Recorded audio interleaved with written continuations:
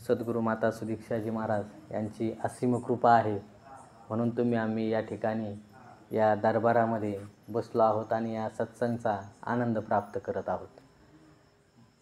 खरोखर जरी गर्दी कमी असली, माणसं कमी असली, महात्मे कमी असले, पण दरबार तोच आहे, परमात्मा तोच आहे, ईश्वर तोच आहे।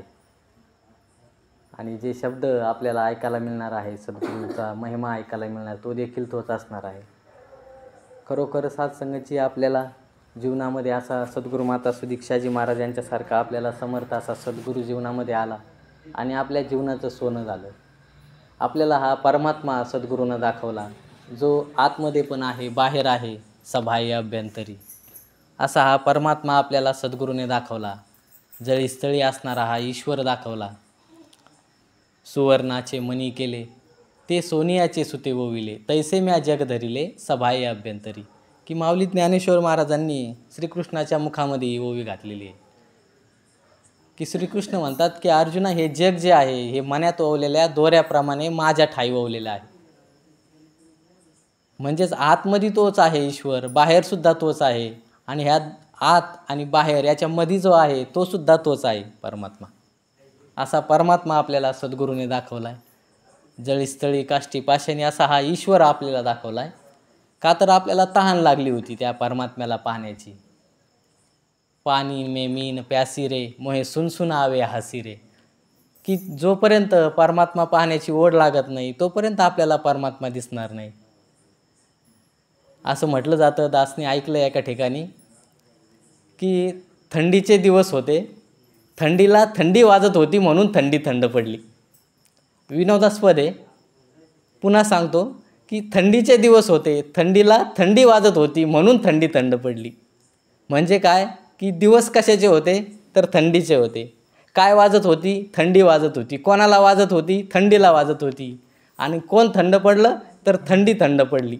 याचा काय अर्थ सत्संगाची? याचा अर्थ असा की नाथाच्या घरची उलटीच खून आपण म्हणतो ना, की पाण्याला मोठी लागली तहान।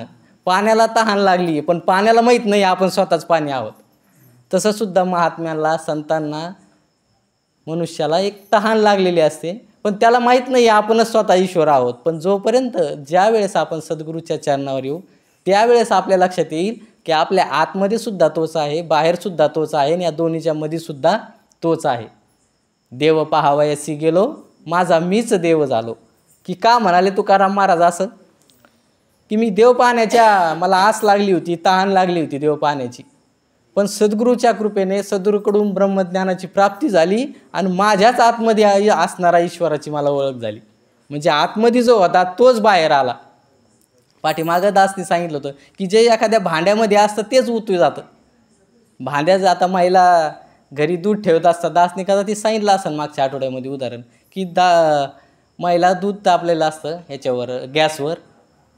एखाद्या महिलेने गॅसवरती दूध ठेवलं आणि हॉलमध्ये गेली, हॉलमध्ये टी व्ही चालू आहे, तर ते टी व्ही पाहता तिला टी व्ही दिसला तर ते सिरियल चालू होती, तर तिचं मन त्या टी व्हीकडे गेलं, लक्ष त्या टी व्हीकडे गेलं आणि दुधाकडे तिचं दुर्लक्ष झालं। आता दुधाकडे दुर्लक्ष झालं तर आता दुधानं काय केलं, दुधाने विचार केला की ह्या बाईसाठी, ह्या ताईसाठी, माईसाठी मी एवढ्या लांबून आलो आहे आणि ह्या बाईचं ताईचं माझ्याकडे लक्षच नसन तर मग मी आत्महत्याच करतो। मग आता दुधाची आत्महत्या म्हणजे काय? उतू जाणं। संबंध महाराष्ट्र त्याला काय म्हणतो? दूध उतू जाणं। आता दूध उतू गेलं पण त्या ज्या भांड्यात दूध होतं म्हणून ते उतू गेलं। म्हणजे आपल्यासुद्धा आतमध्ये ते चैतन्य आहे, तो परमात्मा आहे। पण सद्गुरूच्या कृपेने जसं गॅसवरती ठेवल्याच्या नंतर ती गॅसची ऊर्जा त्या दुधाला मिळाली, भांड्याला मिळाली आणि दूध उतू गेलं, त्याप्रमाणे सद्गुरूने आपल्याला ऊर्जा दिली। सद्गुरू नावाची जी ऊर्जा स्रोत आहे तो आपल्याला मिळाला आणि आपल्या आतमध्ये असणारा ईश्वर आपल्याला बाहेर प्रकटला, बाहेर आपण पाहिला, तो आतसुद्धा आहे आणि बाहेरसुद्धा आहे। म्हणून संत म्हणाले की सर्वत्र भरलेला हा ईश्वर आहे। ईश्वरा सर्वभूतानां हृदय शेर्जुन तिष्ठती, भ्रामयन् सर्वभूतानि यंत्रारूढानि माया। की ईश्वर सर्व प्राणी मात्राच्या हृदयात आहे, इतक्या जवळ आहे आपल्या, पण त्याला आपण ओळखू शकत नाही। का तर आपण जीवनामध्ये सद्गुरूकडून घेतला नाही। सद्गुरू आपल्या जीवनामध्ये जोपर्यंत येत नाही तोपर्यंत आपल्याला त्याची ओळख होणार नाही। आपल्याला वारंवार संस्कृतीसुद्धा आपली सांगती पुरातन संतसुद्धा आपल्याला तेच सांगत आहेत की सद्गुरूच्याच कृपेने तुम्हाला त्या ईश्वराची ओळख होऊ शकते.